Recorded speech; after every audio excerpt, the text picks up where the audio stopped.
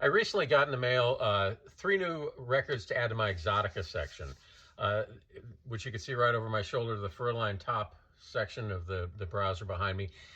It's music that was created in the 50s that evokes tropical and exotic locations with a mix of jazz and Latin music and Asian and Polynesian sounds, with lots of percussion, vibraphone, marimbas, and occasionally animal noises and bird calls.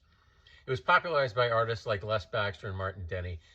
The rise of Exotica was in part inspired by American soldiers returning from World War II, who brought with them a taste for the tropical South Pacific, creating a market for escapist music and home decor reflecting the exotic locations that they came from.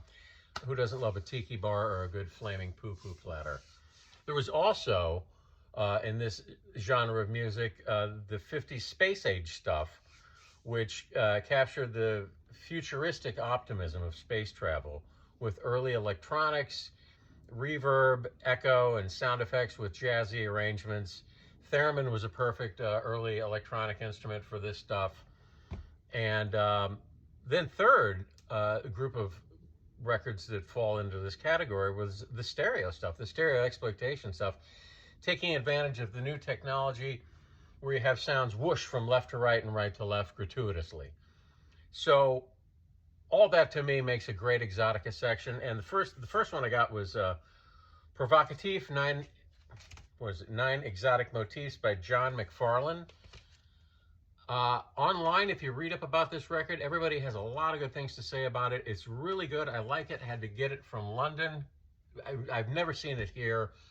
I'm sure it's floating around somewhere, but not an easy. When I went to buy it on Discogs, there was nothing available in the United States.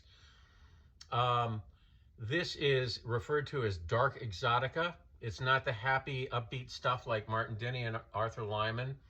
It's more moody and suspenseful. It's, you know, like a lot of the other albums, it's Asian, African, Latin instrumental sounds, but not as upbeat, just more of a dark, introspective tone and moody. I love it. I think this is a fantastic record and belongs in everybody's Exotica collection.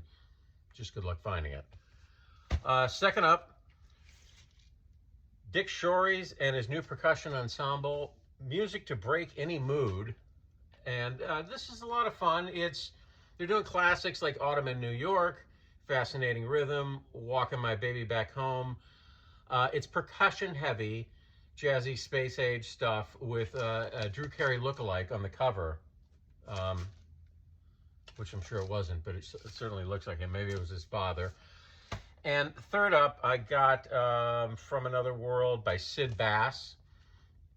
This is interpretations of well-known classics again, Stormy Weather, Old Devil Moon, My Blue Heaven. Large orchestra with lots of percussion and spacey effects kind of at the beginning and at the end of every song to give it an otherworldly sound. It could sound dated and cheesy. I like it a lot. It could sound gratuitous, putting a spacey effect in the beginning of what is kind of a standard arrangement of an old classic song, but you can't deny the cover is fantastic. That belongs on a wall. So that's it. I mean, in my Exotica collection, like I said, it's a large catch-all for a lot of stuff. In the 90s, when record stores, excuse me, for a brief section had a lounge section, it really was a catch-all, kind of a land of misfit albums. And it wasn't just purely Exotica. For example, I've got Maya Angelou and Robert Mitchum's Calypso records in my Exotic. So, you know, weird, bizarre celebrity stuff. Of course, classic Exotica, the space age stuff, the stereo panning stuff, outsider artists like Bongo Joe and what's his name, Wesley Willis and the Shags. If you got the Shags, I think they belong in an Exotica section. I've got soundtrack stuff like Ennio Morricone and who else? Henry Mancini, Raymond Scott, Carl Stalling. I think it all belongs in there. Of course, some Perez Prado records make a great Exotica section. That's it.